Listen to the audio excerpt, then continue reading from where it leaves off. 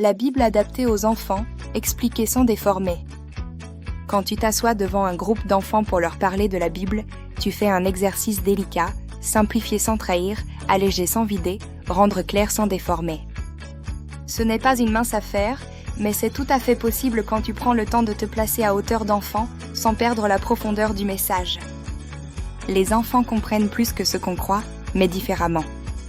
Ils saisissent les images, les émotions, les gestes, les comparaisons.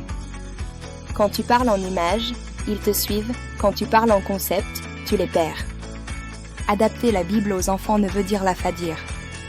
Ce n'est pas enlever le sérieux ni l'essentiel, mais l'enrober dans une histoire, une situation simple, une explication qui parle à leur vécu. Par exemple, expliquer le pardon à un adulte demande un long discours, à un enfant, tu peux parler d'un ami qui a cassé un jouet par accident et du choix entre se fâcher ou continuer d'aimer.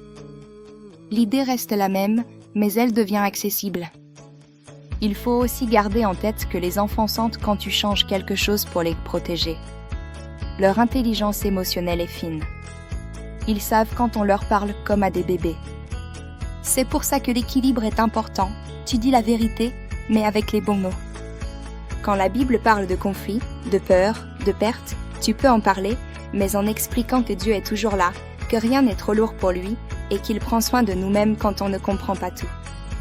Une règle est simple, si tu donnes une image, choisis-en une qui leur parle. Une oie, un ballon, une cabane, un trésor, une lampe. Ce sont des symboles faciles. Et si tu donnes une vérité, formule-la avec une phrase courte qui pourrait rester dans leur tête toute la semaine. Un enfant retient rarement une longue explication, mais retient très bien une phrase claire. Expliquer la Bible sans la déformer, c'est simplement laisser Dieu parler à travers toi, doucement, honnêtement, sans fioriture. Quand tu fais ça, la parole devient vivante pour eux.